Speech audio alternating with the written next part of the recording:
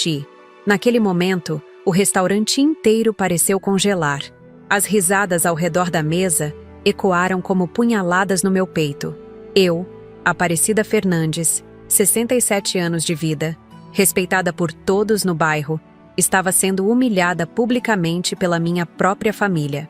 E o pior, a ideia veio dela, Cristiane, minha nora, que sussurrou no ouvido do pequeno Lucas antes do grito que me despedaçou por dentro. Sejam bem-vindos ao canal Vovó Lembrou, onde compartilho histórias que muitos idosos vivem, mas poucos têm coragem de contar. Essa que vou narrar hoje vai fazer você sentir tanta indignação quanto eu senti naquela noite. Mas garanto, o final vai aquecer seu coração com a mais doce sensação de justiça. Era um domingo como outro qualquer. O outono em Campinas trazia aquela brisa fresca que sempre me agradou. Meu filho Júlio havia insistido por dias que fizéssemos um jantar em família no restaurante Sabor de Minas. Um lugar sofisticado, onde uma refeição custava mais do que minha aposentadoria semanal. "Mãe, vamos comemorar o sucesso da empresa, você merece", ele dizia ao telefone. Mal sabia ele o quanto suas palavras carregavam ironia.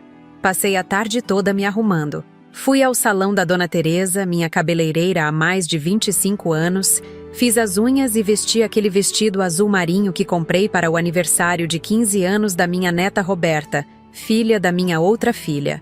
Um vestido que guardava com carinho, para ocasiões especiais. Até coloquei um pouco daquele perfume francês que meu falecido marido me deu no nosso último aniversário de casamento. Quando cheguei ao restaurante, vi meu filho Júlio acenando de uma mesa no centro do salão. Eles sempre gostaram de ser vistos, de ocupar espaços onde todos pudessem admirá-los.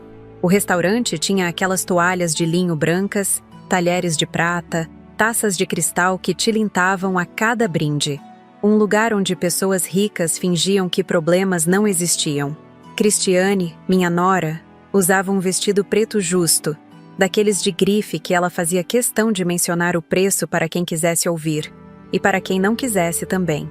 O pequeno Lucas, meu neto de 8 anos, estava com uma roupa que parecia saída de um catálogo, com aqueles sapatos importados que custam mais do que muita gente ganha num mês. Quando me aproximei da mesa, Lucas correu para me abraçar. Senti aquele cheirinho de criança, misturado com o shampoo caro que Cristiane insistia em comprar. "Vovó!", ele gritou com aquela alegria que só as crianças conseguem demonstrar sem filtros. Meu coração aqueceu naquele momento. Apesar de tudo, o amor do meu neto sempre foi verdadeiro. Mas então, vi o olhar de Cristiane. Aquele olhar que conheço bem depois de anos convivendo com ela. Um misto de desprezo e inconveniência, como se minha presença manchasse de alguma forma o ambiente refinado que ela tanto prezava. Ela fez um gesto discreto para Lucas, chamando-o para perto. "Venha aqui, filho", disse ela com aquele sorriso falso que eu conhecia tão bem. Lucas obedeceu, como sempre fazia. Vi quando ela se inclinou, cobrindo a boca com a mão, e sussurrou algo no ouvido dele. Os olhinhos dele se arregalaram, primeiro com surpresa, depois com uma fagulha de malícia que não pertencia àquela idade. Era um reflexo do que via em casa. Não tive tempo de me preparar. Em segundos, Lucas apontou para mim e gritou com toda a força dos seus pequenos pulmões: "Vovó está fedendo, cheirando a xixi!" O som pareceu ecoar pelo restaurante inteiro. As conversas nas mesas ao redor cessaram por um instante. Senti os olhares, alguns de pena, outros de diversão às minhas custas. Meu filho Júlio fingiu uma cara de reprovação, mas vi o canto do seu lábio se erguer num sorriso contido. Cristiane cobriu a boca com um guardanapo de pano, mas seus olhos denunciavam a satisfação. "Lucas, não se fala assim da vovó", Júlio disse, numa bronca tão falsa quanto as joias que Cristiane exibia. "Peça desculpas agora." O menino, confuso com a reação contraditória dos pais, que claramente achavam graça, murmurou um "desculpa", sem entender ao certo o que tinha feito de errado. Como culpá-lo? Ele era apenas o instrumento da crueldade adulta que testemunhava em casa diariamente. Engoli seco. O nó na garganta parecia do tamanho de uma bola de golfe. As lágrimas ameaçaram surgir, mas eu as contive. Não daria esse prazer a eles. Em vez disso, sorri. Um sorriso que aprendi a usar como escudo ao longo da vida. Aquele sorriso que diz, está tudo bem, quando na verdade seu mundo está desabando. Não tem problema, meu amor, falei para Lucas, acariciando seus cabelos. Vovó não está chateada. O garçom, percebendo o clima tenso, aproximou-se para anotar os pedidos. Júlio, como sempre, tomou a frente, escolhendo os pratos mais caros do cardápio. Vinhos importados, entradas sofisticadas. O dinheiro nunca foi problema para ele. Pelo menos era o que ele pensava. Durante todo o jantar, percebi os olhares trocados entre Júlio e Cristiane. As risadinhas disfarçadas. O modo como falavam comigo como se eu fosse uma criança que não entende o mundo ao seu redor. Falavam sobre viagens que planejavam, a reforma na mansão, o novo carro importado que Júlio queria comprar. Mãe, a senhora precisa sair mais de casa, fazer atividades. Ficar parada faz mal para a idade, disse Júlio, como se eu fosse uma planta que precisa ser regada ocasionalmente. Sorri novamente. Se eles soubessem o que eu fazia enquanto eles desperdiçavam dinheiro, se soubessem das reuniões com advogados, contadores, investidores, se soubessem que aquele império que exibiam com tanto orgulho estava construído sobre um castelo de cartas, que eu, a vovó que cheira a xixi, poderia derrubar com um sopro. Enquanto eles pediam sobremesas caras e mais uma garrafa de vinho, peguei meu celular discretamente e enviei uma mensagem para meu advogado. Doutor Mendes, podemos iniciar o processo amanhã. Estou decidida. A resposta veio em segundos. Tudo pronto, dona Aparecida. Só precisamos da sua assinatura. Guardei o celular e observei minha família. Cristiane agora mostrava fotos de suas férias em Dubai para o casal da mesa ao lado. Júlio falava alto sobre seus empreendimentos, exagerando números como sempre fazia. Lucas brincava com o tablet, alheio ao mundo adulto que um dia herdaria. Ou pelo menos era o que pensavam. Naquela noite, voltei para minha casa simples no bairro da Saúde, em São Paulo. Morava sozinha desde que meu marido faleceu, numa casa que Júlio considerava pequena demais, e Cristiane chamava de antiquada, mas era meu refúgio. Meu lugar de paz, onde podia ser eu mesma sem julgamentos. Sentei-me na poltrona que foi do meu marido. Olhei para nossa foto de casamento na parede. E finalmente permiti que as lágrimas viessem. Não eram lágrimas apenas de tristeza, mas também de determinação. Já havia suportado humilhações demais. Fingido que não via o desprezo. Aceitado migalhas de afeto de pessoas que deviam me amar incondicionalmente. Naquela noite, prometi a mim mesma e à memória do meu marido. Amanhã seria o início de uma nova fase. Eles aprenderiam que idade não significa fragilidade, que rugas não são sinônimo de incompetência, que respeito não se compra com cartões de crédito ou contas bancárias. Adormeci com um plano formado em minha mente. Um plano que faria justiça não apenas para mim, mas para todos os idosos que são tratados como fardos por suas próprias famílias. Mal podia esperar para ver o rosto de Cristiane quando descobrisse que sua vida de luxo estava prestes a desmoronar. Na manhã seguinte, acordei cedo. Preparei meu café, tomei meus remédios para a pressão e vesti uma roupa simples, mas elegante. Hoje seria o dia em que Júlio e Cristiane descobririam quem realmente comandava o jogo que eles pensavam estar vencendo. Mas antes de contar o que aconteceu naquela manhã, preciso que vocês entendam exatamente como foi aquele jantar. Como cada risada cortou minha alma. Como cada olhar de desdém ficou gravado na minha memória. Quando chegamos ao restaurante Sabor de Minas naquele domingo, o maître nos recebeu com aquela formalidade ensaiada, típica dos lugares caros. Júlio fez questão de dizer bem alto que havia reservado a melhor mesa, como se todos no restaurante precisassem saber da sua importância. Cristiane caminhava ao lado dele, com aquela postura de quem se acha superior a todos ao redor. Lucas vinha logo atrás, absorvendo cada comportamento dos pais como uma esponja. Enquanto seguíamos para a mesa, Cristiane fez questão de comentar sobre a decoração, criticando os arranjos florais, dizendo que na última vez que esteve em Paris, viu coisas muito mais sofisticadas. O maître apenas sorria educadamente, provavelmente acostumado com clientes como eles. Nossa mesa ficava no centro do salão principal, exatamente onde Júlio gostava de estar, no centro das atenções. Sentei-me com cuidado, alisando meu vestido azul marinho. Tinha escolhido aquele vestido com tanto carinho.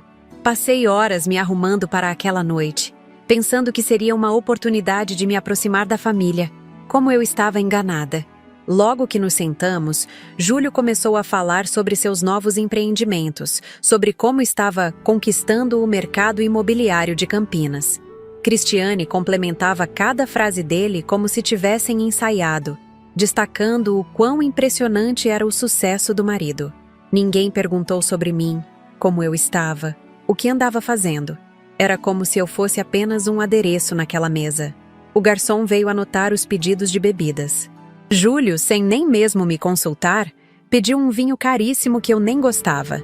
Mãe não entende de vinhos mesmo, ele disse para o garçom, como se eu não estivesse presente. O homem me olhou com um misto de pena e constrangimento que me fez querer desaparecer. Foi quando Lucas pediu para ir ao banheiro e Cristiane se ofereceu para levá-lo. Fiquei sozinha na mesa com Júlio, que imediatamente pegou o celular e começou a responder mensagens, ignorando completamente minha presença. Como vão as coisas na empresa? Perguntei, tentando iniciar uma conversa. Tudo ótimo, mãe, respondeu sem tirar os olhos da tela. Estamos expandindo para novos loteamentos, coisas que a senhora não entenderia. Aquela frase doeu. Eu, que havia sido contadora por 30 anos, que havia administrado negócios, que tinha construído um patrimônio considerável, não entenderia de negócios. Se ele soubesse que cada relatório financeiro da empresa passava pelo meu crivo antes de ser aprovado, vi quando Cristiane e Lucas voltaram do banheiro. Ela tinha aquele sorriso no rosto, aquele que sempre aparecia quando estava prestes a fazer algo maldoso. Lucas parecia confuso, mas obediente, como uma marionete nas mãos da mãe. Assim que se aproximaram da mesa, Cristiane se inclinou e sussurrou no ouvido de Lucas. Vi os lábios dela se moverem, mas não consegui ouvir as palavras. O rosto do meu neto mudou. Primeiro surpresa, depois um sorriso travesso que não combinava com sua doçura habitual. Cristiane se sentou, ajeitou o guardanapo no colo com aquela afetação típica dela e então olhou para Lucas com expectativa. O menino hesitou por um momento, olhando para mim, depois para a mãe. Ela fez um leve aceno de cabeça, quase imperceptível para quem não estivesse atento. Foi o sinal.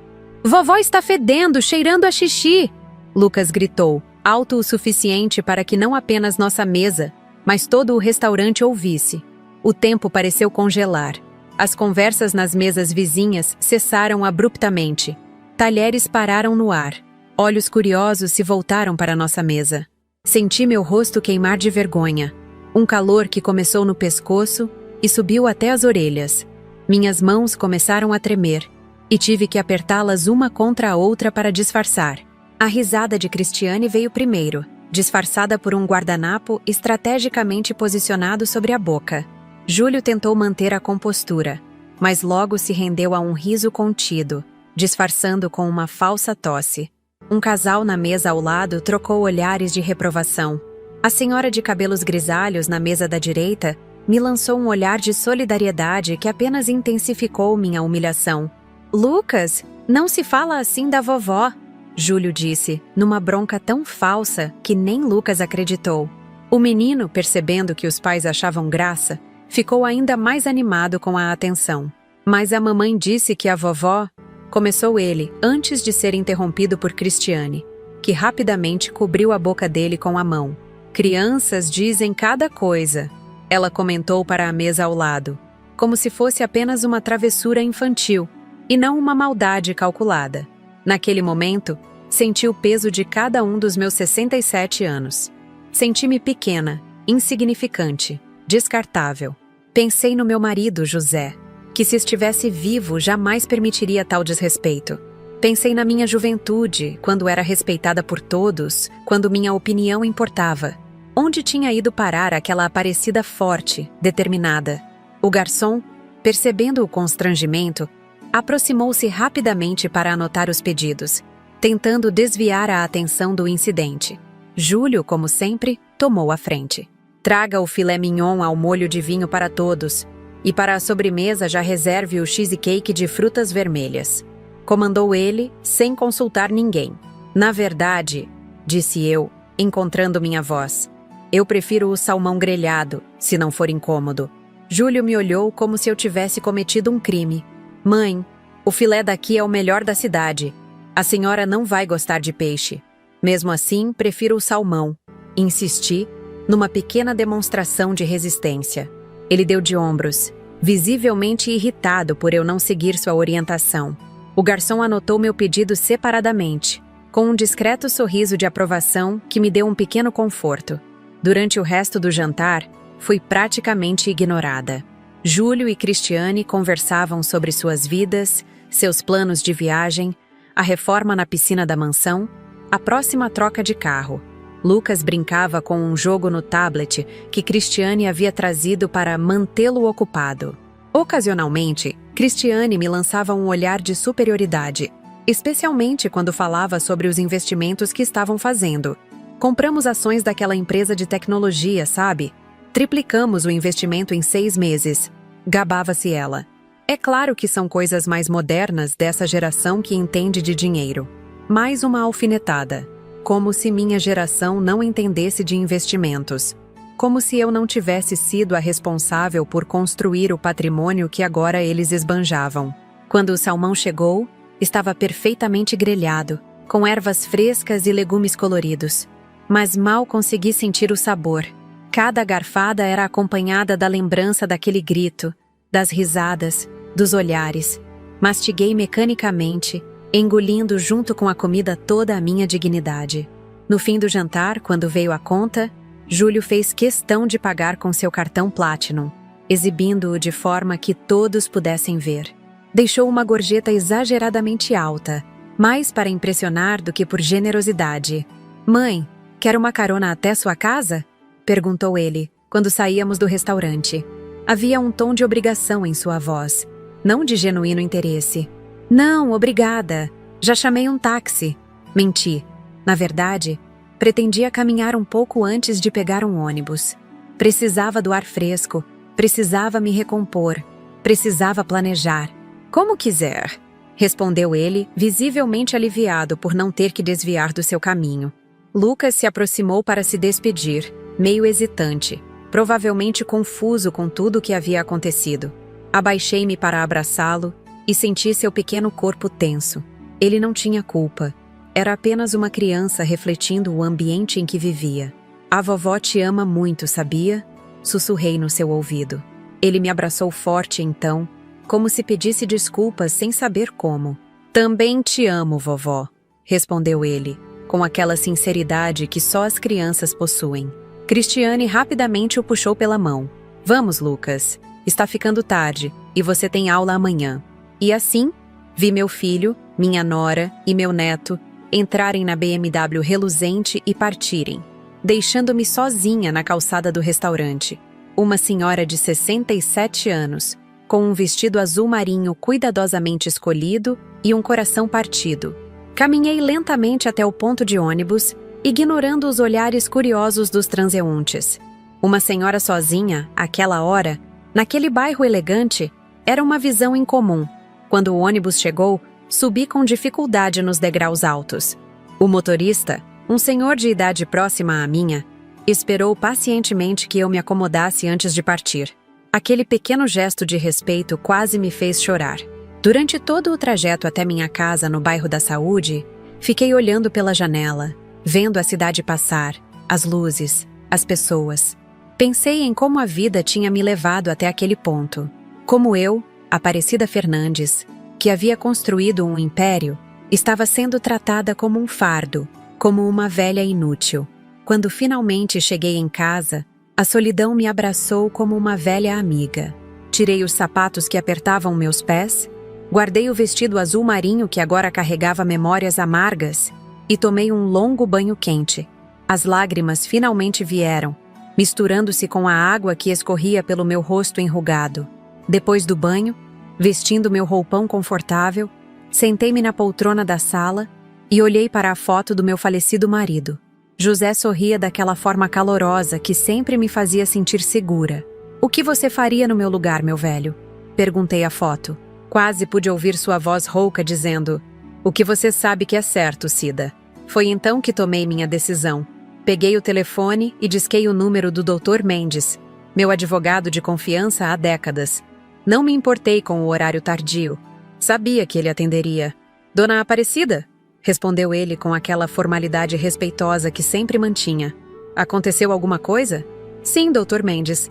Chegou a hora de colocarmos aquele plano em prática, disse, com uma firmeza que surpreendeu até a mim mesma.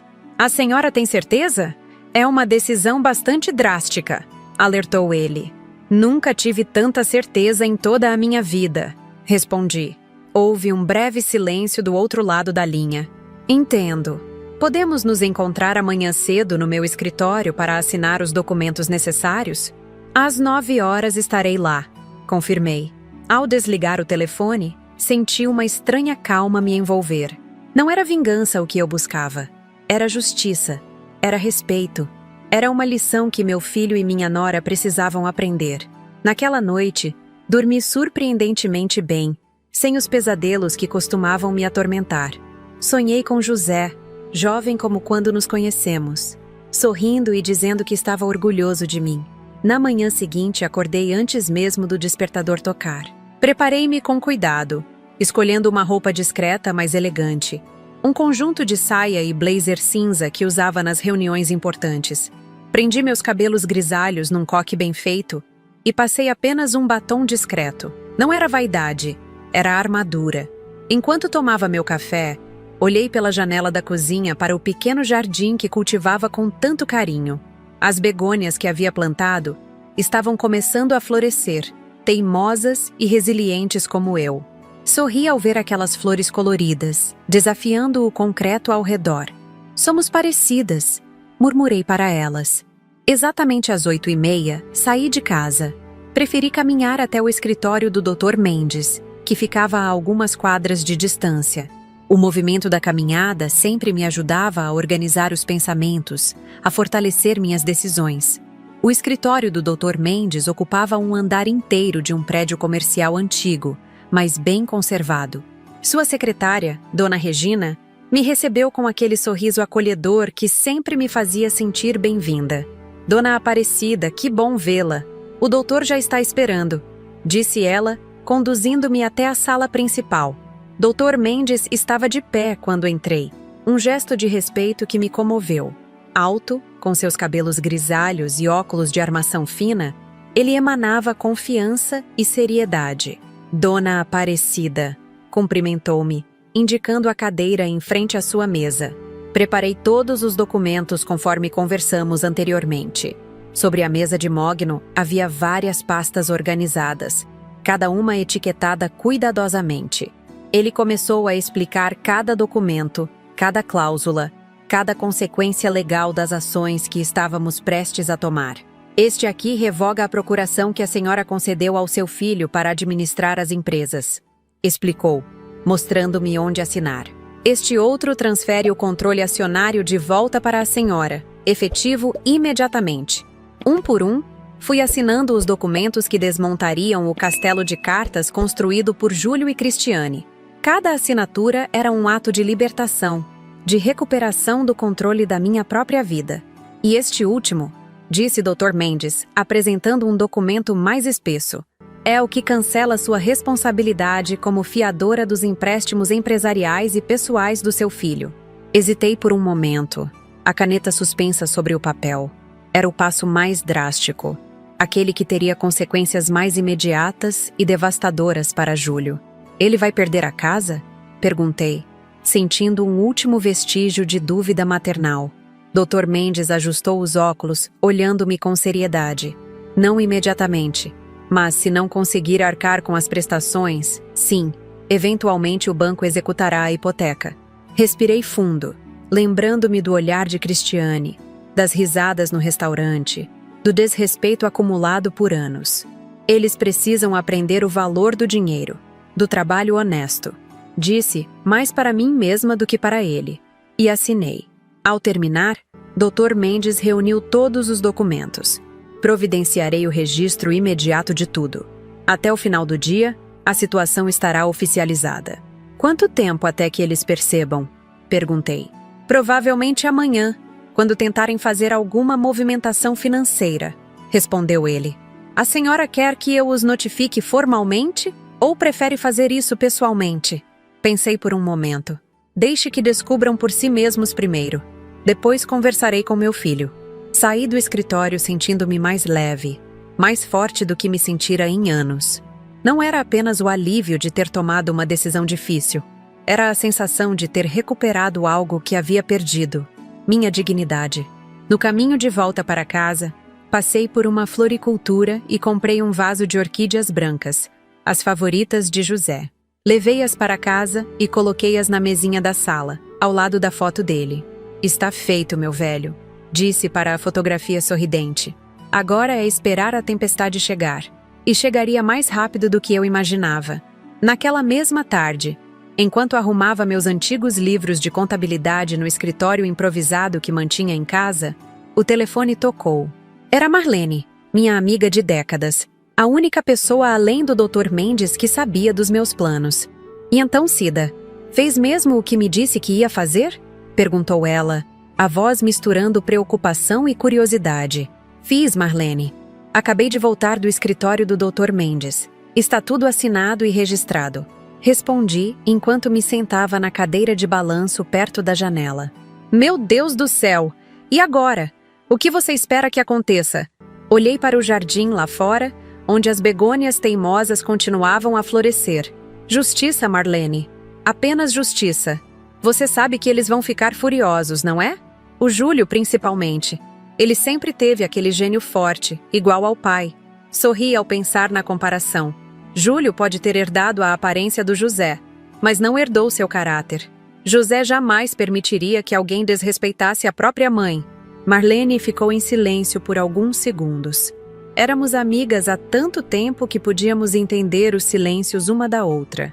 Você quer que eu vá até aí? Não é bom ficar sozinha num momento desses. Não precisa, minha amiga. Prefiro enfrentar isso sozinha, pelo menos no começo. Depois te conto tudo, palavra por palavra. Após desligar, fiquei pensando em como tinha chegado até ali. Como eu, Aparecida Fernandes, ex-contadora respeitada, viúva de um homem bom, havia me tornado invisível para minha própria família. Quando foi que o respeito se transformou em tolerância e depois em desdém? Talvez tenha começado quando José faleceu, há 5 anos. Nosso único filho, Júlio, insistiu para que eu vendesse nossa casa e fosse morar com eles. A senhora não pode ficar sozinha, mãe. E aquela casa é grande demais para uma pessoa só, argumentava ele. O que não disse com palavras, mas demonstrou com atitudes, era que queria controlar o dinheiro da venda, somado ao seguro de vida que José havia deixado. Resisti. Mantive minha casa, minha independência. Foi quando comecei a perceber as primeiras mudanças no comportamento de Júlio e Cristiane. Visitas que se tornaram mais raras, telefonemas apressados, desculpas para não me incluir em eventos familiares. Mas o dinheiro... o dinheiro eles nunca recusavam. Quando Júlio veio com a ideia de abrir a empresa imobiliária, foi a mim que recorreu para o investimento inicial. É um negócio garantido, mãe. A senhora vai ter retorno em dobro, prometeu. E eu, movida pelo amor maternal e pelo desejo de ver meu único filho prosperar, concordei. Assinei os papéis que ele me trouxe. Investi todas as economias que José e eu havíamos acumulado durante décadas de trabalho árduo. Mas, diferentemente do que Júlio imaginava, não assinei de olhos fechados. Durante toda a minha vida profissional como contadora, aprendi a ler as entrelinhas, a entender o que não estava escrito, a prever consequências financeiras a longo prazo.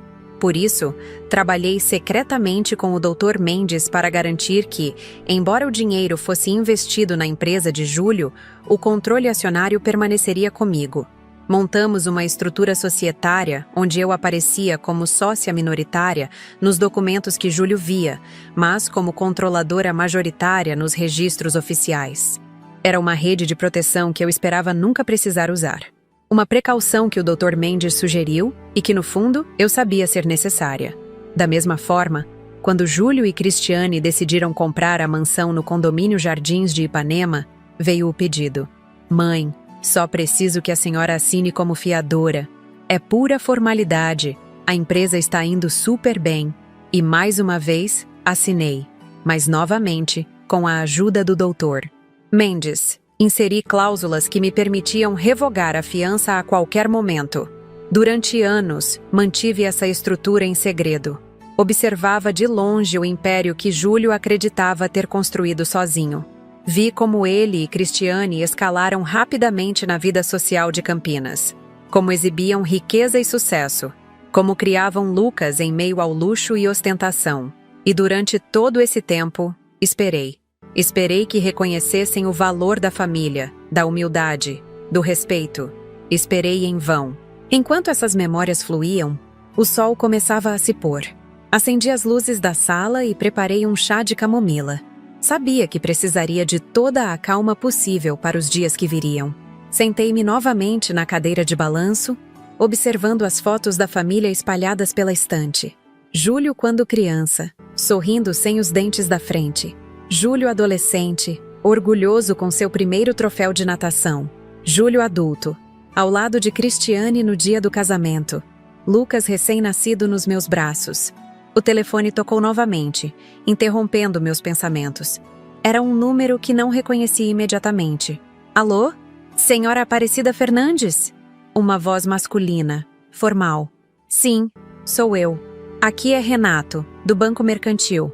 Estamos tentando contato com o senhor Júlio Fernandes, mas não conseguimos localizá-lo. A senhora saberia nos informar como podemos encontrá-lo?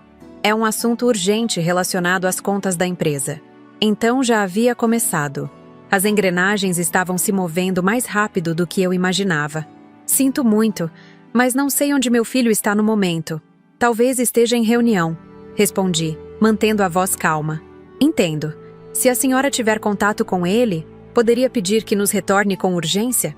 Temos questões importantes sobre as movimentações recentes nas contas corporativas. Certamente passarei o recado. Assim que desliguei, o telefone tocou novamente. Desta vez, era o número de Júlio. Respirei fundo antes de atender. Mãe? A voz dele soava tensa, quase irreconhecível. A senhora está em casa? Sim, estou. Estou indo para aí agora. Precisamos conversar. E desligou antes que eu pudesse responder. A tempestade estava chegando. Ajeitei-me na poltrona, arrumei o coque no cabelo e esperei. Não sentia medo, apenas uma estranha tranquilidade, como se finalmente estivesse retomando o controle da minha própria vida. 40 minutos depois, ouvi a freada brusca de um carro em frente à minha casa. Passos pesados no caminho de pedra do jardim. A campainha tocando insistentemente. Levantei-me sem pressa e abri a porta. Júlio estava lá, o rosto vermelho, a gravata frouxa, o cabelo despenteado, tão diferente da imagem impecável que sempre fazia questão de manter. O que a senhora fez? Sua voz tremia de raiva contida. Boa noite para você também, filho. Entre, por favor. Não precisamos discutir na porta. Ele entrou como um furacão, jogando o paletó sobre o sofá. Acabei de receber uma ligação do banco. Disseram que todas as contas da empresa estão bloqueadas. E quando liguei para o Dr. Mendes, sabe o que ele me disse? Que eu devia falar com a senhora. Sentei-me calmamente na minha poltrona favorita, a mesma onde José costumava ler o jornal nas manhãs de domingo. Sente-se, Júlio. Temos muito o que conversar. Não quero sentar. Quero saber o que está acontecendo. O gerente falou algo sobre mudança na estrutura societária. Que história é essa? Olhei para meu filho, aquele menino que um dia embalei nos braços, que ensinei a andar, a quem dediquei minha vida, e vi um estranho, um homem consumido pela ganância e pelo egoísmo. A história é simples, Júlio. Recuperei o que sempre foi meu. Ele me olhou como se eu tivesse acabado de falar em uma língua estrangeira. Do que a senhora está falando? Da empresa, do controle acionário, da sua casa no condomínio Jardins de Ipanema, de tudo que você construiu com o meu dinheiro, com a minha assinatura, com o meu aval. Ele riu, aquela risada de descrença. A senhora está ficando senil? A empresa é minha. Eu construí tudo do zero. Com que dinheiro, Júlio? De onde veio o capital inicial? Quem assinou como avalista dos empréstimos para expandir? Quem é a fiadora da sua casa de luxo? Minha voz permanecia calma, mas firme. Tudo isso foi construído com o dinheiro que seu pai e eu economizamos durante toda uma vida de trabalho. Dinheiro que confiei a você, na esperança de que soubesse valorizá-lo. Ele começou a andar de um lado para outro, passando as mãos pelo cabelo repetidamente. Isso é loucura! Vou ligar para o meu advogado agora mesmo. Fique à vontade, mas antes, talvez queira ler isto. Entreguei a ele uma pasta que o Dr. Mendes havia me dado naquela manhã, contendo cópias de todos os documentos originais. Aqui está a verdadeira estrutura societária da empresa, os termos da fiança da sua casa, os contratos dos empréstimos bancários.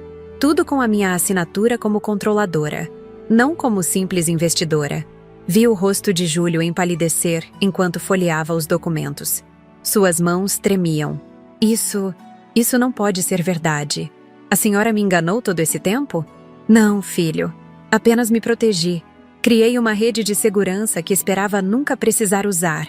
Torci para que um dia você entendesse o valor do trabalho honesto, do respeito, da família. Mas esse dia nunca chegou. E o que a senhora pretende fazer agora? Destruir tudo que construímos? Arruinar nossa vida por causa de um capricho de velha? Aquela palavra, velha, saiu de sua boca carregada de desprezo, da mesma forma que vovó, fedendo a xixi, havia saído da boca inocente de Lucas. Não, Júlio, não pretendo destruir nada, apenas reorganizar. A partir de agora, as coisas serão diferentes. Você terá que trabalhar de verdade, prestar contas, mostrar resultados. E, acima de tudo, aprender a respeitar quem veio antes de você, quem abriu os caminhos que você percorre com tanta arrogância. Ele jogou os documentos sobre a mesa de centro. A senhora não pode fazer isso. Temos compromissos, contratos, uma vida estabelecida. Posso e já fiz. Os bloqueios são temporários. Amanhã mesmo o Dr. Mendes iniciará o processo de reorganização da empresa. Você continuará como diretor, mas sob supervisão. E quanto à sua casa, fiz uma pausa, olhando diretamente nos olhos dele. Você terá que renegociar o financiamento com o banco, sem a minha fiança. O pânico começou a substituir a raiva no rosto de Júlio. Mãe, a senhora não entende. Sem sua fiança, o banco vai exigir um adiantamento enorme. Não temos esse dinheiro disponível. Então, talvez seja a hora de considerar um estilo de vida mais modesto. Aquela casa sempre foi grande demais, de qualquer forma. Ele desabou no sofá, finalmente derrotado. Por quê? Por que agora? Foi quando me levantei, caminhando lentamente até ficar bem na frente dele. Porque ontem, no restaurante, vi meu neto gritar que a avó fedia a xixi. Vi você e Cristiane rirem. Vi a humilhação nos olhos das pessoas ao redor. E percebi que permiti isso por tempo demais. Permiti que você e sua esposa construíssem um mundo de aparências, onde o dinheiro substituiu o caráter, onde o sucesso se mede pelo tamanho da casa e não pela grandeza do espírito. Pela primeira vez naquela noite, vi algo diferente nos olhos de Júlio. Não era raiva, nem desespero. Era vergonha. Foi só uma brincadeira de criança, murmurou ele sem me encarar. Não foi. Foi o resultado da educação que você e Cristiane estão dando a Lucas. Uma educação baseada no desrespeito, na arrogância, na falsa superioridade. E eu não permitirei que meu neto cresça acreditando que isso é normal. O silêncio tomou conta da sala. Lá fora, ouvia-se apenas o canto dos grilos e o farfalhar das folhas nas árvores do jardim. Júlio permanecia cabisbaixo, derrotado. Não era assim que eu imaginava essa conversa. Mas talvez fosse necessário. O que acontece agora? Perguntou ele finalmente. Amanhã, às 10 horas, reunião no escritório do Dr. Mendes. Você, eu e os contadores da empresa. Vamos estabelecer novas regras, nova estrutura. A empresa continuará funcionando, os empregos estão seguros, mas o dinheiro não será mais jogado pela janela em luxos desnecessários. E Cristiane? E Lucas? Eles são sua família, Júlio. Sua responsabilidade. Como você vai contar a eles? Como vai reorganizar sua vida? Isso cabe a você decidir. Ele levantou-se lentamente, parecendo subitamente mais velho, mais cansado. A senhora está certa sobre uma coisa.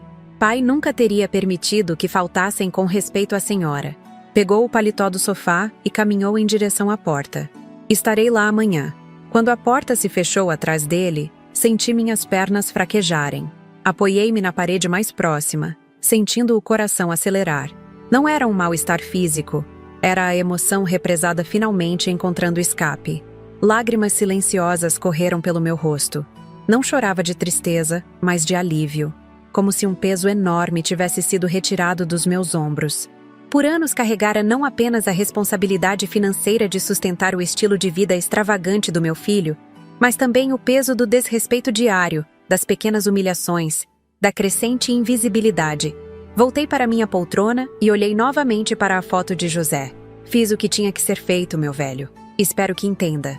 Naquela noite, dormi profundamente pela primeira vez em anos. Sem pesadelos, sem acordar sobressaltada, sem a ansiedade constante que me acompanhava. Era como se, finalmente, as coisas estivessem voltando aos seus devidos lugares. Na manhã seguinte, acordei com o telefone tocando. Era o Dr. Mendes, confirmando a reunião. Dona Aparecida, está tudo preparado para as 10 horas. A senhora precisa que eu envie um carro para buscá-la? Não será necessário, doutor. Prefiro ir caminhando, como ontem. Ajuda a organizar as ideias. Como a senhora preferir. Ah, recebi uma ligação do banco. Parece que o seu filho tentou fazer uma transferência substancial ontem à noite, após sair da sua casa. Isso não me surpreendeu. Conhecia Júlio bem demais para não prever que tentaria alguma manobra desesperada. Ele conseguiu? Não. Todos os bloqueios funcionaram conforme planejamos. Apenas achei que a senhora deveria saber. Obrigada, doutor. Nos vemos em breve. Ao desligar, fiquei pensando no que Júlio teria tentado fazer. Transferir dinheiro para uma conta pessoal? Pagar alguma dívida oculta? Ou talvez preparar uma fuga, caso as coisas piorassem? Seja qual fosse o plano, havia sido frustrado. Isso só reforçava que minha decisão tinha sido correta. Preparei-me com cuidado para a reunião. Escolhi um vestido simples, mas elegante, na cor azul petróleo, que José sempre dizia combinar com meus olhos. Prendi os cabelos no mesmo coque disciplinado de sempre, mas permiti-me um pouco mais de maquiagem do que o habitual. Não era vaidade, era armadura. Antes de sair, liguei para Marlene. Está tudo bem, amiga. Júlio veio aqui ontem à noite, conversamos, e hoje teremos uma reunião para reorganizar tudo. Ele aceitou assim, sem mais nem menos? Não teve escolha. Quando descobriu que nunca teve realmente o controle de nada, que tudo dependia da minha assinatura, ficou sem chão. E como você está se sentindo, Cida? Pensei por um momento. Livre. Pela primeira vez em muitos anos, sinto que posso respirar sem aquele peso no peito. Não é sobre vingança, Marlene. É sobre justiça. É sobre ensinar valores que parecem ter se perdido. Tenho orgulho de você, amiga.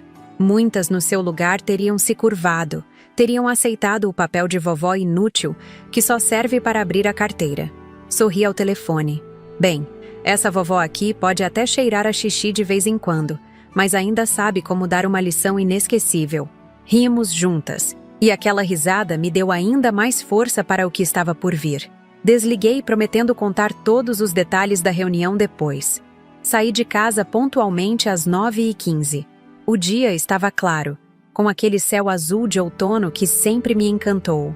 Caminhei lentamente, aproveitando o sol morno na pele, o barulho dos pássaros nas árvores, o cumprimento dos vizinhos que conhecia há décadas. A cada passo, sentia-me mais segura da minha decisão. Não era apenas por mim que estava fazendo aquilo. Era por Júlio, para que aprendesse valores que deveria ter aprendido há muito tempo. Era por Lucas, para que crescesse entendendo que respeito e caráter são mais importantes que dinheiro e status. E era até mesmo por Cristiane, para que percebesse que a vida não se resume a aparências. Ao dobrar a esquina da rua onde ficava o escritório do Dr. Mendes, avistei o carro de Júlio já estacionado. Ele tinha chegado antes, sinal de que levara a reunião a sério. Respirei fundo, ajeitei a postura e segui em frente. Era hora de recomeçar. Não como a vovó que cheira a xixi, mas como Aparecida Fernandes, mulher forte que construiu um império e que agora ensinaria sua família o verdadeiro valor das coisas. Ao entrar no prédio do escritório do Dr. Mendes, senti todos os olhares se voltarem para mim. A recepcionista me cumprimentou com um sorriso caloroso, diferente do habitual. Talvez os rumores já tivessem se espalhado. Em escritórios de advocacia, as paredes têm ouvidos. Bom dia, dona Aparecida. O doutor e os demais já estão na sala de reuniões aguardando a senhora. Agradeci com um aceno de cabeça e segui pelo corredor, meus passos ecoando no piso de mármore. Meu coração batia forte, não de medo, mas de expectativa. Por anos vivi à sombra do império que ajudei a construir, observando de longe enquanto meu filho e minha nora se afundavam cada vez mais no poço da arrogância e da ostentação. Quando entrei na sala de reuniões, o silêncio foi imediato e opressor. Júlio estava sentado à mesa oval, o rosto abatido, olheiras profundas denunciando uma noite sem sono. Ao lado dele, para minha surpresa, estava Cristiane, impecavelmente vestida como sempre, mas com o rosto pálido e tenso. O doutor Mendes se levantou para me receber, enquanto dois outros homens de terno, que reconheci como o contador e o diretor financeiro da empresa, permaneceram sentados, evitando olhar diretamente para mim. Dona Aparecida, bem-vinda. Estávamos apenas alinhando alguns detalhes preliminares, disse o Dr. Mendes, indicando uma cadeira na cabeceira da mesa. Sentei-me lentamente, colocando minha bolsa sobre a mesa com deliberada calma. Não disse nada imediatamente, apenas observei cada rosto presente. Anos de experiência como contadora me ensinaram que o silêncio muitas vezes fala mais alto que palavras. Bom dia a todos, disse finalmente. Agradeço a presença de cada um. Estamos aqui para discutir o futuro da empresa Fernandes Empreendimentos e acertar alguns pontos que, infelizmente, precisam ser reorganizados. Cristiane foi a primeira a quebrar o silêncio desconfortável. Dona Aparecida, com todo respeito, isso é um absurdo. A senhora não pode simplesmente chegar e tomar o controle de tudo que construímos ao longo de anos. Olhei diretamente para ela, mantendo a expressão serena. Construímos, Cristiane. Interessante o uso do plural. Conte-me, qual foi exatamente a sua contribuição para a construção desse império, além de gastar o dinheiro em bolsas de grife e reformas desnecessárias na mansão? Ela abriu a boca para responder, mas nenhum som saiu. Júlio colocou a mão sobre a dela, num gesto que misturava contenção e apoio. Mãe, já conversamos sobre isso ontem. A senhora tem todo o direito de estar magoada pelo que aconteceu no restaurante, mas destruir anos de trabalho por causa de um comentário infeliz de uma criança parece desproporcional. Sorri levemente. Júlio, se você acha que estou fazendo tudo isso por causa de um único incidente, então você realmente não entendeu nada. O episódio do restaurante foi apenas a gota d'água, o momento em que percebi que não podia mais ficar em silêncio enquanto vocês construíam uma vida baseada em valores distorcidos, usando dinheiro que não era de vocês. O Dr. Mendes pigarreou suavemente e começou a distribuir algumas pastas. Se me permitem, preparei um relatório detalhado da situação atual da empresa e da reestruturação proposta pela Dona Aparecida. Acredito que facilitará nossa conversa. Enquanto todos folheavam os documentos, observei as expressões mudarem gradualmente. O contador empalideceu ao ver os números reais, sem os malabarismos contábeis que Júlio havia ordenado ao longo dos anos. O diretor financeiro soltou um suspiro audível ao ver a lista de gastos pessoais que Júlio e Cristiane haviam classificado como despesas empresariais. Isso não pode estar certo, murmurou o contador, passando o dedo por uma linha específica do relatório. Esses apartamentos em Guarujá estão listados como propriedade da empresa, mas são usados exclusivamente pela família. Assim como o jatinho particular que foi adquirido ano passado, supostamente para agilizar reuniões com investidores, acrescentou o Dr. Mendes, ajustando os óculos. Curiosamente, os registros mostram que foi usado principalmente para viagens de lazer à Europa e aos Estados Unidos. Cristiane começou a se agitar na cadeira, o verniz de sofisticação começando a rachar. Tudo isso é perfeitamente explicável. Júlio, diga alguma coisa. Meu filho permaneceu em silêncio. os olhos fixos nos documentos à sua frente. Reconheci aquela expressão, a mesma que fazia quando criança, pego em alguma travessura que não podia negar. Senhores, disse eu, dirigindo-me ao contador e ao diretor financeiro, não os chamei aqui para julgar ninguém. Vocês são profissionais competentes que, acredito, apenas seguiram ordens. O que precisamos agora é reorganizar a empresa de forma transparente e sustentável. O diretor financeiro levantou a cabeça, parecendo aliviado. A senhora não vai nos demitir? Por que deveria? Precisarei de pessoas que conheçam bem a empresa para implementar as mudanças necessárias. Virei-me para o Dr. Mendes. Poderia explicar as principais alterações? Ele assentiu e começou a detalhar o novo modelo de gestão. A empresa continuaria funcionando, mas com controles financeiros rígidos. Júlio permaneceria como diretor, mas todas as decisões importantes precisariam da minha aprovação. Os bens pessoais adquiridos com dinheiro da empresa seriam vendidos ou incorporados oficialmente ao patrimônio corporativo. E quanto à nossa casa? Perguntou Cristiane, a voz trêmula pela primeira vez desde que a conheci. O financiamento terá que ser renegociado sem a minha fiança, respondi calmamente. Se vocês puderem arcar com as parcelas, ótimo. Caso contrário, talvez seja a hora de considerar um imóvel mais modesto. Isso é um absurdo! Onde vamos morar? O que vamos dizer aos nossos amigos? Ao clube? À escola de Lucas?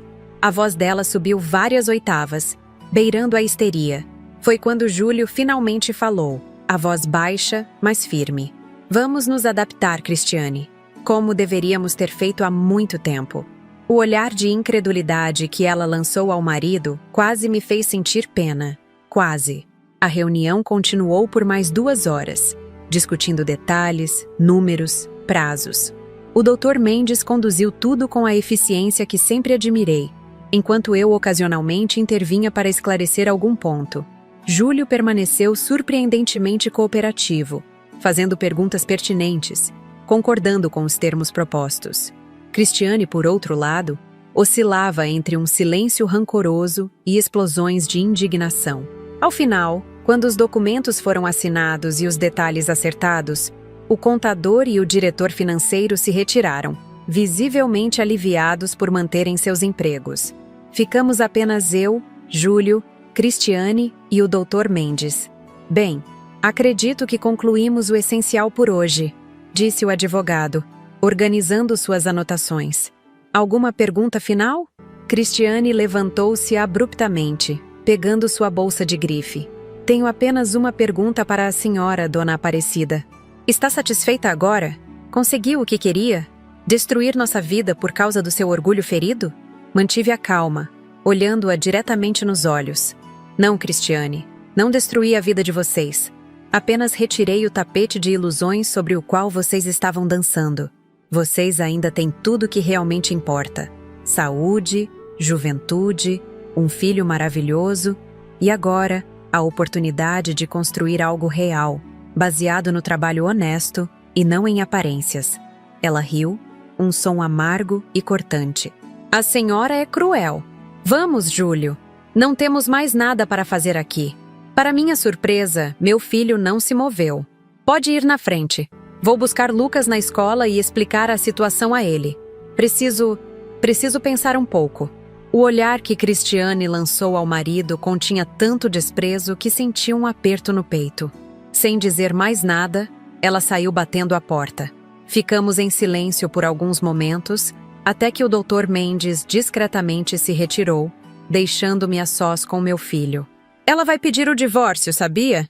Disse Júlio finalmente, um sorriso triste nos lábios. Já vinha ameaçando há algum tempo, por motivos bem menos sérios que este. Aquilo me surpreendeu. Sinto muito, filho. Não era minha intenção interferir no seu casamento. Ele deu de ombros. Talvez seja melhor assim. Há muito tempo vivemos uma farsa, mãe. Uma casa enorme onde mal nos falamos. Viagens caras onde tiramos fotos sorridentes para o Instagram, enquanto brigamos nos bastidores. Talvez a senhora tenha nos feito um favor. Aquelas palavras me atingiram como um soco. Em todos os meus cálculos, em todos os cenários que imaginei, Nunca considerei que meu filho pudesse, no fundo, estar tão infeliz quanto eu. Júlio, Não precisa dizer nada, mãe. Ele me interrompeu gentilmente. A senhora está certa sobre tudo. Papai teria vergonha do homem que me tornei, do pai que sou para Lucas. Estendeu a mão e segurou a minha sobre a mesa. Suas mãos estavam frias, trêmulas. Vai ser difícil explicar para Lucas que não podemos mais comprar tudo o que ele quer, que talvez tenhamos que mudar para uma casa menor, trocar de escola. Crianças são mais resilientes do que imaginamos, respondi, apertando sua mão. E talvez seja bom para ele aprender o valor real das coisas. Júlio assentiu, os olhos úmidos. Posso pedir um favor? A senhora poderia vir comigo buscar Lucas na escola hoje? Acho que ele precisará da avó mais do que nunca. Senti meu coração se apertar. Claro, filho. É claro que vou.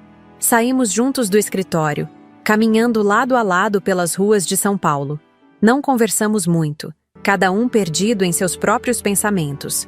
Quando chegamos ao carro dele, um modelo mais simples e discreto que costumava usar para ir ao trabalho, ele abriu a porta para mim com uma gentileza que não demonstrava há anos. Durante o trajeto até a escola de Lucas, em um bairro nobre da cidade, Júlio me contou mais sobre os problemas no seu casamento com Cristiane, como ela se tornara obcecada com status e aparências, como transformara Lucas em um troféu, um acessório para exibir às amigas. Sabe, mãe, ontem à noite, depois que saí da sua casa, fiquei dirigindo por horas, pensando em tudo o que aconteceu, em como chegamos a esse ponto. E percebi uma coisa assustadora. Não me lembrava da última vez que tinha feito algo por prazer genuíno, e não para impressionar alguém ou manter as aparências. Estacionamos em frente à escola particular onde Lucas estudava, uma instituição imponente com fachada de vidro e mármore. Crianças uniformizadas saíam em pequenos grupos, algumas acompanhadas por babás e motoristas, outras pelos pais. É aqui que gastamos quase um salário mínimo por mês, comentou Júlio, com um sorriso irônico, para que Lucas tenha networking com os filhos da elite. Esperamos em silêncio até que meu neto apareceu, caminhando despreocupadamente com a mochila nas costas. Quando nos viu, seu rostinho se iluminou com um sorriso genuíno que me lembrou o Júlio de sua idade. Papai! Vovó! Correu em nossa direção, jogando-se nos meus braços primeiro para minha surpresa. Que legal você vir me buscar, vovó! Abracei-o forte, sentindo o cheirinho de criança, a textura macia dos cabelos, o calor do corpinho pequeno. Que saudades de você, meu amor! Lucas se afastou um pouco, olhando-me com curiosidade. Vovó, eu queria te pedir desculpas por aquilo que eu falei no restaurante. Mamãe disse que era uma brincadeira, mas depois o papai me explicou que te deixou triste. Senti lágrimas se formando nos meus olhos. Está tudo bem, meu anjo. Vovó não está brava com você. Que bom! Ele sorriu aliviado. Porque eu gosto muito de você. E eu sei que você não cheira a xixi. Você cheira a biscoitos e a flores do jardim. Ri entre lágrimas, enquanto Júlio observava a cena com um misto de emoção e culpa. Lucas!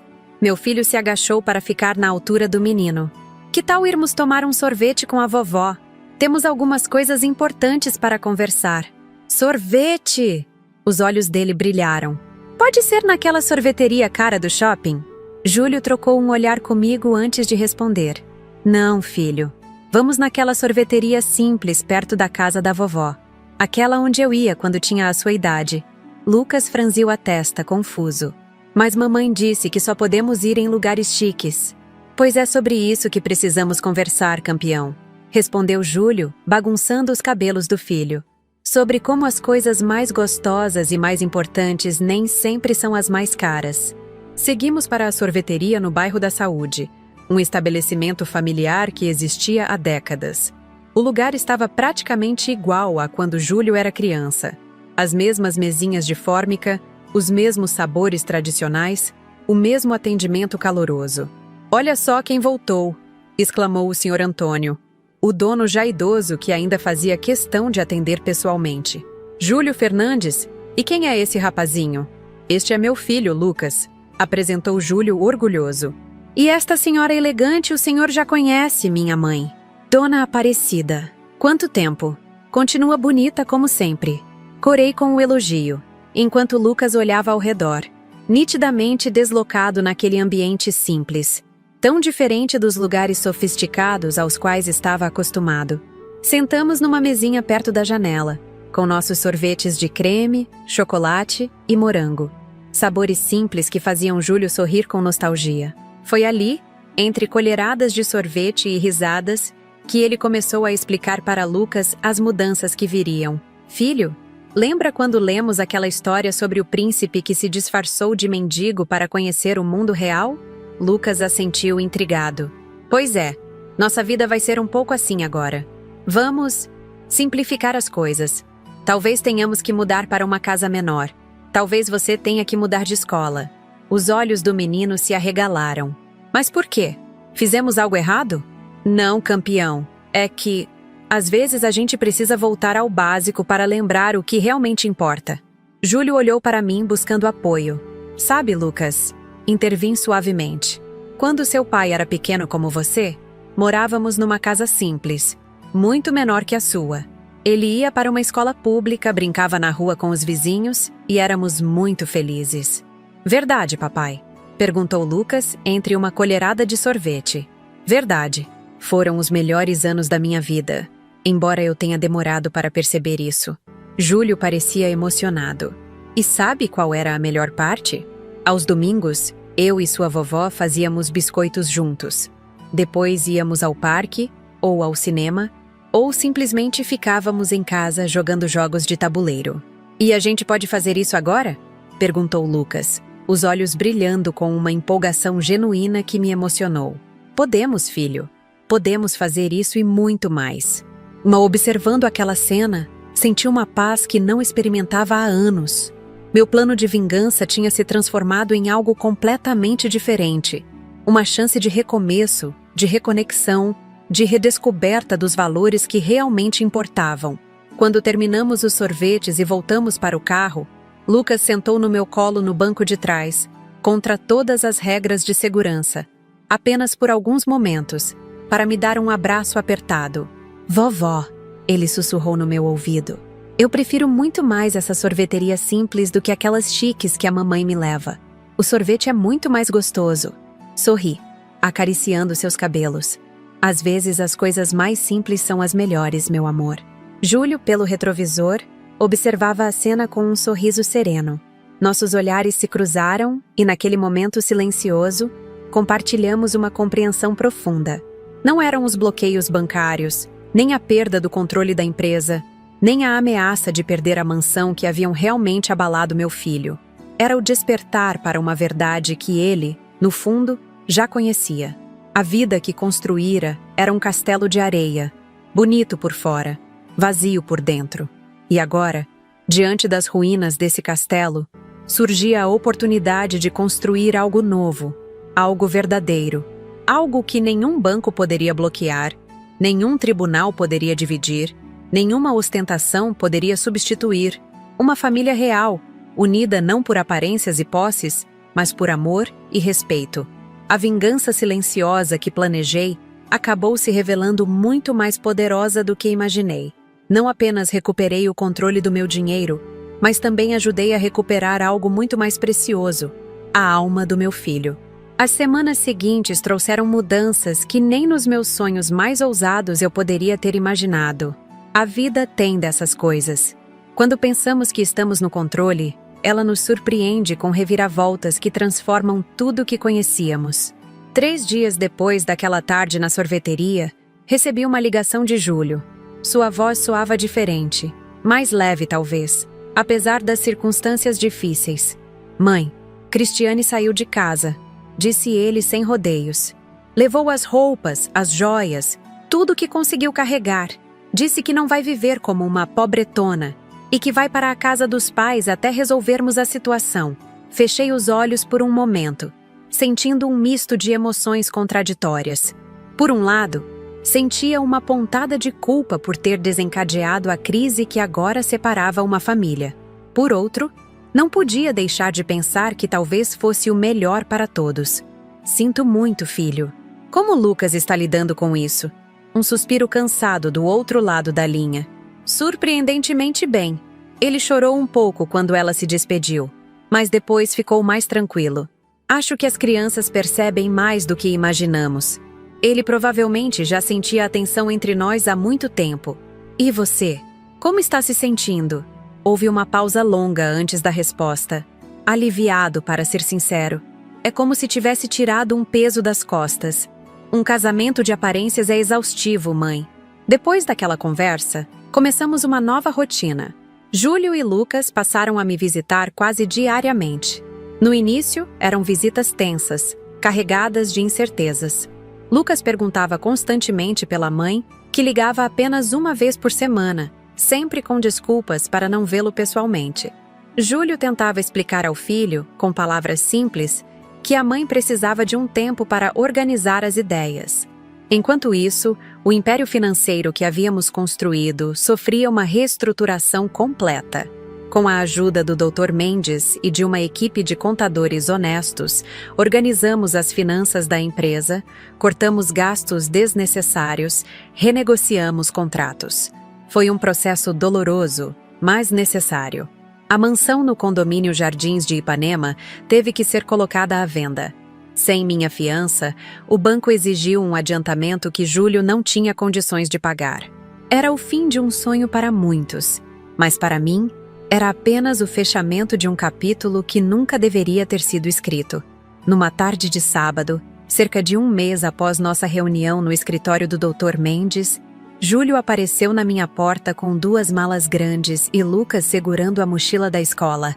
Mãe, podemos ficar aqui por um tempo? Até encontrarmos um apartamento que caiba no novo orçamento? Aquele pedido me pegou de surpresa. Minha casa era modesta, com apenas 2 quartos. O meu e o antigo quarto de Júlio, que eu havia transformado em escritório após sua saída.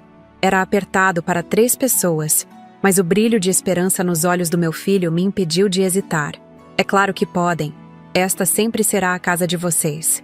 Lucas correu para me abraçar, enterrando o rosto na altura da minha cintura. Oba, vou dormir na casa da vovó. Tem biscoitos? Ri, afagando seus cabelos. Sempre tenho biscoitos para você, meu amor. E podemos fazer mais juntos, se quiser. Os olhos dele brilharam. Igual o papai fazia quando era pequeno? Exatamente como o papai fazia. Aquela noite foi estranha e maravilhosa ao mesmo tempo. Improvisamos um colchão no chão do meu escritório para Lucas, enquanto Júlio ficaria no sofá da sala. Jantamos macarrão com molho de tomate caseiro. Uma refeição simples que deixou Lucas impressionado. É o macarrão mais gostoso que já comi, declarou, pegando sua 3ª porção. Na nossa casa, a empregada nunca fazia comida assim gostosa. É porque o segredo não está nos ingredientes caros, mas no amor com que se prepara a comida. Expliquei, sentindo uma onda de ternura ao ver como ele devorava algo tão simples com tanto prazer. Depois do jantar, Júlio ajudou a lavar a louça, algo que provavelmente não fazia desde a adolescência, enquanto eu e Lucas organizávamos os lençóis em seu colchão improvisado. O menino parecia fascinado com os livros nas estantes do escritório, especialmente um velho álbum de fotografias que encontrou na prateleira mais baixa. "Vovó, quem é esse menino com cara de bravo?" perguntou, apontando para uma foto amarelada de Júlio aos 7 anos, carrancudo após perder um jogo de futebol. "Este é seu pai, quando tinha mais ou menos a sua idade." "Não acredito! Papai, olha só sua cara de mal." Júlio apareceu na porta, enxugando as mãos num pano de prato. Sorriu ao ver a foto. Eu tinha acabado de perder um campeonato no colégio. Fiquei emburrado por dias. "Como eu fiquei quando perdi no videogame semana passada?" perguntou Lucas, fazendo a conexão com sua própria experiência. "Exatamente.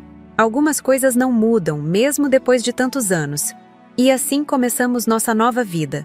Os 3 gerações dos Fernandes sob o mesmo teto modesto. No início foi difícil, principalmente para Júlio, acostumado com o luxo e o espaço da mansão. O banheiro único causava filas pela manhã. A cozinha pequena mal comportava nós 3 ao mesmo tempo. O barulho da rua, sem a proteção dos muros altos do condomínio, incomodava nas primeiras noites. Mas havia também uma magia naquela simplicidade forçada. À noite, quando Lucas já estava dormindo, Júlio e eu conversávamos na varanda dos fundos, tomando chá como fazíamos quando ele era adolescente. Aos poucos, fui redescobrindo meu filho, não o empresário arrogante dos últimos anos, mas o Júlio que conheci um dia, sensível, inteligente, capaz de profundas reflexões. Sabe, mãe, disse ele numa dessas noites, olhando para as estrelas que mal se viam entre os prédios, nunca pedi desculpas de verdade pelo que aconteceu no restaurante, por ter permitido que Cristiane e Lucas a humilhassem daquele jeito. Isso já passou, filho? Não, não passou. Preciso dizer isso. Ele virou-se para mim, os olhos brilhantes na penumbra. Sinto muito por ter me tornado alguém que a senhora não reconhecia mais. Alguém que o pai teria vergonha de ver. Estendi a mão e toquei seu rosto, como fazia quando ele era pequeno e precisava de conforto após um pesadelo. Seu pai estaria orgulhoso do homem que você está se tornando agora, Júlio. Não olhamos para os tropeços, mas para a forma como nos levantamos depois deles. Uma semana se transformou em 2, depois em 1 mês. A casa que antes parecia pequena demais começou a se ajustar aos seus novos habitantes. Lucas adaptou-se surpreendentemente rápido. A nova escola, pública como a que Júlio frequentara na infância, inicialmente o assustou. As carteiras são de madeira, vovó, e tem gente de todos os tipos lá, comentou no primeiro dia, entre chocado e fascinado. Mas crianças têm essa capacidade maravilhosa de se adaptarem. Logo ele estava fazendo amigos, voltando para casa com histórias animadas sobre jogos no pátio, professoras gentis, descobertas diárias. Não havia mais a pressão constante para ser o melhor, o mais rico, o mais bem vestido. Era apenas Lucas, um menino de 8 anos descobrindo o mundo real. Júlio, por sua vez, enfrentou desafios maiores. A reestruturação da empresa significou cortes profundos, inclusive no seu próprio salário. De magnata imobiliário a gerente com renda limitada, a transição foi brutal. Houve noites em que o encontrei na sala, após Lucas dormir, com a cabeça entre as mãos, lutando contra o desespero. Como pude ser tão irresponsável, mãe? Como deixei chegar a esse ponto? Sentava-me ao lado dele nesses momentos, oferecendo não apenas conforto, mas também sabedoria prática.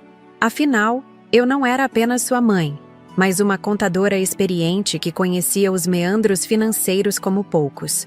Um passo de cada vez, Júlio. Primeiro estabilizamos, depois crescemos novamente.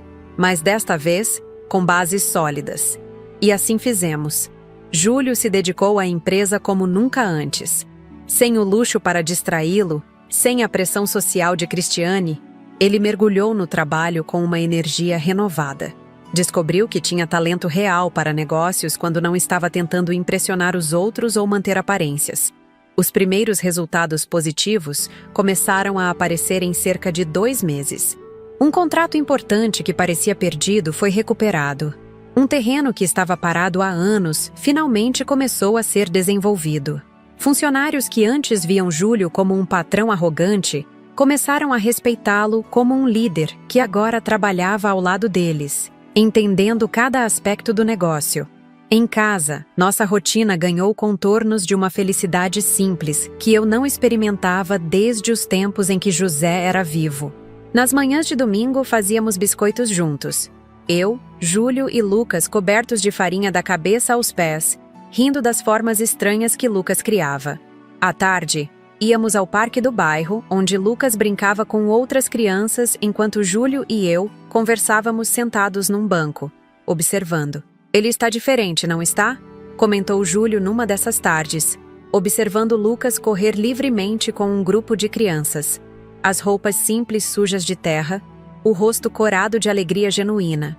Está mais criança, respondi. Antes ele parecia um adulto em miniatura, sempre preocupado em dizer a coisa certa, usar a roupa certa. Cristiane tinha essa obsessão. Queria que ele fosse perfeito em tudo, que impressionasse as amigas dela. E você? Ele olhou para mim, um sorriso triste nos lábios. Eu estava ocupado demais tentando ganhar mais dinheiro para manter o estilo de vida que ela exigia. Mal percebi como isso estava afetando Lucas. A ausência de Cristiane tornava-se cada vez mais notável com o passar das semanas. As ligações para Lucas, já raras no início, praticamente cessaram após ela descobrir que estávamos morando na minha casa modesta, como ela a chamou com desdém na última conversa com Júlio. Ela pediu o divórcio oficialmente. Júlio me contou uma noite, após Lucas dormir. Quer metade de tudo. O advogado dela está ameaçando com todo tipo de processo se não concordarmos com os termos. E o que o doutor Mendes disse? Que ela não tem chances. A estrutura da empresa está protegida. A mansão já está à venda para pagar o banco. E o que sobrar mal cobrirá outras dívidas. Não há muito para dividir, na verdade. Júlio parecia surpreendentemente calmo ao dizer isso, como se a perspectiva de perder os bens materiais não o afetasse mais. O que me preocupa é Lucas. Ela está exigindo a guarda, mas ao mesmo tempo mal pergunta como ele está. É como se fosse apenas mais um item na lista de bens a serem divididos. Aquilo me entristeceu profundamente, não pelo comportamento de Cristiane, que apenas confirmava o que eu sempre soube sobre seu caráter, mas pelo meu neto, que merecia uma mãe presente e amorosa. Lucas é forte, filho, e ele tem a nós. Vamos garantir que nunca lhe falte o que realmente importa. E assim fizemos. Enquanto os advogados discutiam divisão de bens, custódia compartilhada e pensões, nós três construíamos algo que nenhum tribunal poderia dividir: memórias. Memórias de piqueniques no parque, de noites de jogos de tabuleiro, de histórias contadas antes de dormir, de lições de matemática na mesa da cozinha. Cerca de 4 meses após aquela fatídica noite no restaurante, recebemos uma notícia surpreendente. Uma das propriedades da empresa, um terreno no interior de São Paulo que estava praticamente esquecido, havia sido requisitado para um grande projeto governamental. A indenização oferecida era substancial, não o suficiente para recuperar tudo o que fora perdido, mas o bastante para proporcionar um novo começo. Podemos comprar um apartamento decente, disse Júlio analisando os números. Nada luxuoso como antes, mas um lugar espaçoso para mim e Lucas, talvez no mesmo bairro que a senhora. Sorri, sentindo uma mistura de alegria e uma pontada de tristeza. Vocês vão me deixar então? Júlio me olhou surpreso. A menos que a senhora queira se mudar conosco, podemos procurar um lugar com 3 quartos. Balancei a cabeça, sabendo que era hora de mais uma transição. Esta é minha casa, filho, onde vivi com seu pai, onde criei você. Mas ficarei feliz em ter vocês por perto. E assim foi. Encontraram um apartamento modesto, mas confortável, a apenas 4 quadras da minha casa. A mudança foi simples. Eles não tinham acumulado muitos pertences durante a estadia comigo. Lucas insistiu em levar alguns dos livros antigos que encontrou no meu escritório, incluindo um exemplar gasto de O Pequeno Príncipe, que havia pertencido a Júlio. No dia da mudança, enquanto organizávamos os poucos móveis que haviam comprado, o interfone tocou. Era Cristiane, querendo ver Lucas. Foi a primeira vez em quase 5 meses que ela manifestou interesse em estar pessoalmente com o filho. Júlio hesitou, olhando para mim em busca de conselho. Acha que devo deixar? Ela ainda é mãe dele, Júlio. Por mais difícil que seja para nós, Lucas tem o direito de manter esse vínculo. Ele concordou, e Cristiane veio buscar Lucas para um passeio. Quando a vi entrando no apartamento simples, não pude deixar de notar como ela parecia deslocada em seu vestido de grife e sapatos caros. Seus olhos percorreram o ambiente com mal disfarçado desdém, até pousarem em mim. Dona Aparecida, cumprimentou secamente. Vejo que conseguiu o que queria. Mantive a calma, pensando apenas no bem-estar de Lucas, que observava a cena com olhos atentos. Olá, Cristiane. É bom ver que você está bem. Lucas correu para abraçá-la. E por um momento, vi um lampejo de emoção genuína nos olhos dela. Talvez houvesse esperança, afinal. Talvez essa lição difícil tivesse ensinado algo a todos nós. Quando eles saíram, Júlio sentou-se pesadamente no sofá. Acha que fiz a coisa certa deixando-o ir com ela? Sentei-me ao lado dele, segurando sua mão. Acho que fizemos a única coisa que podíamos fazer, filho. O resto está nas mãos do tempo. Naquela noite, voltei para minha casa sozinha pela primeira vez em meses. O silêncio parecia ensurdecedor após tantas semanas de vozes, risadas, até mesmo discussões ocasionais. Sentei-me na varanda com uma xícara de chá, olhando para o céu estrelado, pensando em como a vida dá voltas inesperadas. Comecei aquela jornada movida pela indignação, pela humilhação, pelo desejo de justiça.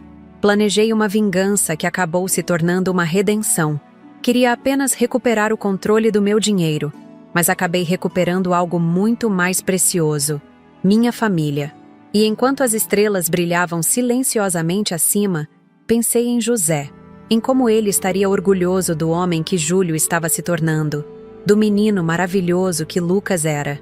Pensei nas lições que todos aprendemos, sobre o verdadeiro valor das coisas, sobre a fragilidade das aparências, sobre a força dos laços que nem o dinheiro nem o tempo podem romper. Eu, Aparecida Fernandes, aos 67 anos, descobri que às vezes precisamos perder tudo para encontrar o que realmente importa. E que a vingança mais doce não é destruir quem nos feriu, mas reconstruir o que foi quebrado, transformando a dor em sabedoria, o ressentimento em perdão, a perda em recomeço. A vovó, que cheirava a xixi, acabou ensinando a lição mais importante de todas: que o respeito não se compra com mansões ou carros de luxo. Constrói-se dia após dia, com amor, honestidade e a coragem de fazer o que é certo, mesmo quando é difícil. E essa, meus queridos, é uma lição que nenhum dinheiro do mundo pode comprar. E assim, chego ao fim dessa história que marcou minha vida para sempre. Uma história de humilhação, vingança, mas acima de tudo, de redenção e amor familiar. Quem diria que aquela noite no restaurante Sabor de Minas, quando meu próprio neto gritou que eu cheirava a xixi, seria o ponto de virada que transformaria completamente nossas vidas? Olhando para trás, percebo como o caminho foi doloroso, mas necessário. A dor daquele momento de humilhação pública me fez despertar de um longo sono, onde eu fingia não ver os valores distorcidos que meu filho e minha nora estavam adotando. Onde eu permitia que o império financeiro que construí com tanto sacrifício fosse usado para alimentar uma vida de aparências vazias. Quando decidi agir, não imaginava todas as consequências. Bloqueei as contas, retirei minha fiança, reassumi o controle do que sempre foi meu. Não era apenas sobre dinheiro, era sobre dignidade, sobre respeito, sobre os valores que José e eu tanto prezávamos e que pareciam ter se perdido ao longo dos anos. A reação de Júlio inicialmente foi de raiva e incompreensão, como era de se esperar. A de Cristiane foi de abandono. Ela simplesmente não conseguiu aceitar uma vida sem o luxo e as aparências. Mas Lucas, meu pequeno Lucas, me surpreendeu com sua capacidade de adaptação, com sua alegria em descobrir os prazeres simples que o dinheiro não pode comprar. Aqueles meses em que moramos juntos na minha casa modesta foram um renascimento para todos nós. Para Júlio, foi a chance de redescobrir o homem que ele realmente era, para além do empresário arrogante que havia se tornado. Para Lucas, foi a oportunidade de ser apenas uma criança, livre das pressões de um mundo de aparências. E para mim, foi o presente de ter minha família de volta, de sentir novamente o calor de um lar vivo, cheio de risos e até mesmo de pequenos conflitos cotidianos. A reestruturação da empresa foi dolorosa, mas necessária.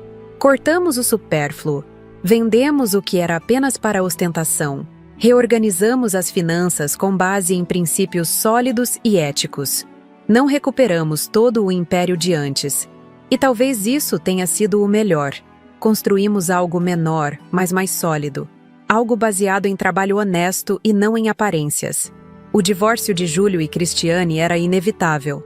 Ela escolheu o caminho da amargura e do ressentimento, vendo-me como a culpada pela destruição do seu castelo de cartas. Lamento por ela, sinceramente. Espero que um dia compreenda que a vida que tinha era uma prisão dourada, não apenas para ela, mas principalmente para Lucas. Hoje, quase um ano após aquela noite no restaurante, nossa vida encontrou um novo equilíbrio. Júlio e Lucas moram em seu apartamento modesto, a apenas algumas quadras da minha casa. A empresa está se recuperando gradualmente, agora baseada em princípios sólidos. Cristiane mantém contato esporádico com o filho, menos do que eu gostaria para o bem de Lucas, mas talvez o tempo ajude a curar essas feridas também. E eu, Aparecida Fernandes, a vovó que cheirava a xixi, Encontrei uma nova razão de viver. Não apenas na alegria de ver meu filho e meu neto crescendo e aprendendo, mas também em compartilhar minhas histórias com vocês, com todos que me assistem e que talvez estejam passando por situações semelhantes. Porque vejam, meus queridos, essa não é apenas a minha história. É a história de tantos idosos que são desrespeitados, tratados como fardos, vistos como ultrapassados ou inúteis. É a história de tantas famílias que perdem o rumo, que confundem sucesso com ostentação, que esquecem que o verdadeiro valor das coisas não está no seu preço, mas no significado que damos a elas. Quando comecei a contar essa história para vocês, recebi milhares de mensagens de pessoas que se identificaram, que choraram comigo, que riram comigo, que torceram pela minha vingança silenciosa. Pessoas que viram em mim, Aparecida, a coragem que talvez lhes falte para fazer mudanças difíceis, mas necessárias. Foi por isso que criei este canal, Vovó Lembrou, para lembrar não apenas das histórias do passado, mas também das lições que elas nos ensinam, para lembrar dos valores que realmente importam, que resistem ao teste do tempo, para lembrar que nunca é tarde demais para recomeçar, para corrigir erros, para reconstruir pontes. Se essa história tocou seu coração, se você riu, chorou ou se indignou comigo, peço que deixe seu comentário logo abaixo. Conte-me o que achou, se já passou por algo parecido, o que faria no meu lugar. Cada comentário é um presente para mim, uma conexão com alguém que dedicou seu tempo a ouvir minha história. E se puder, clique em gostei, para que mais pessoas possam conhecer essa história. Inscreva-se no canal Vovó Lembrou, para não perder nenhum dos relatos que compartilho semanalmente. Histórias reais, de pessoas reais, com emoções reais. Histórias que podem parecer pequenas, mas que carregam grandes lições. E para aqueles que perguntam como podem ajudar o canal a crescer, a trazer mais histórias como essa, temos o Valeu Demais, um espaço onde você pode contribuir com qualquer valor para ajudar nos custos de produção desses vídeos. Não é fácil manter um canal assim, e cada contribuição, por menor que seja, faz toda a diferença para que possamos continuar trazendo conteúdo diário de qualidade para vocês. Vou contar um segredo. Criar esses vídeos tem sido uma terapia para mim. Cada história que conto, cada experiência que compartilho, é como se um peso saísse dos meus ombros. E saber que minhas palavras estão ajudando outras pessoas a enfrentarem seus próprios desafios, isso não tem preço. Lembro de uma mensagem que recebi semana passada, de uma senhora de 72 anos do interior de Minas Gerais. Ela me contou que, após assistir minha história, teve coragem de confrontar o filho que a tratava como um banco, sempre pedindo dinheiro, nunca demonstrando gratidão. Dona Aparecida, ela escreveu, a senhora me deu coragem para dizer não, para exigir respeito. E sabe o mais incrível? Meu relacionamento com meu filho está melhorando desde então. É por histórias como essa que vale a pena continuar. É por cada uma de vocês que abro meu coração aqui, compartilhando não apenas os momentos de triunfo, mas também as dores, as dúvidas, os medos que fazem parte da minha jornada. No próximo vídeo, trarei uma nova história, tão emocionante quanto esta. Fiquem ligados, pois teremos convidados especiais. Quem sabe até mesmo meu filho Júlio e meu neto Lucas possam aparecer para dar suas próprias perspectivas sobre tudo o que aconteceu. Então é isso, meus queridos. Do fundo do meu coração, agradeço por terem ficado comigo até aqui, por terem me ouvido, por terem se emocionado comigo, por fazerem parte dessa grande família que o canal Vovó Lembrou está se tornando. Lembrem-se sempre, respeito não se impõe pela força, pelo medo ou pelo dinheiro. Respeito se conquista pelo caráter, pela honestidade, pelo exemplo. E nunca, jamais, é tarde demais para exigir o respeito que você merece. Aqui se despede, com o coração cheio de gratidão, esta vovó que um dia foi humilhada por cheirar a xixi, mas que teve a última risada ao ensinar a lição mais importante de todas, a de que os verdadeiros valores familiares não têm preço. Até o próximo vídeo. Não esqueçam de se inscrever, deixar seu like e principalmente seu comentário. E se puderem, contribuam com o Valeu demais para mantermos esse canal trazendo histórias que tocam o coração todos os dias. Cada contribuição, por menor que seja, faz toda a diferença. Esta foi Aparecida Fernandes, a vovó que lembrou e que jamais esquecerá de vocês.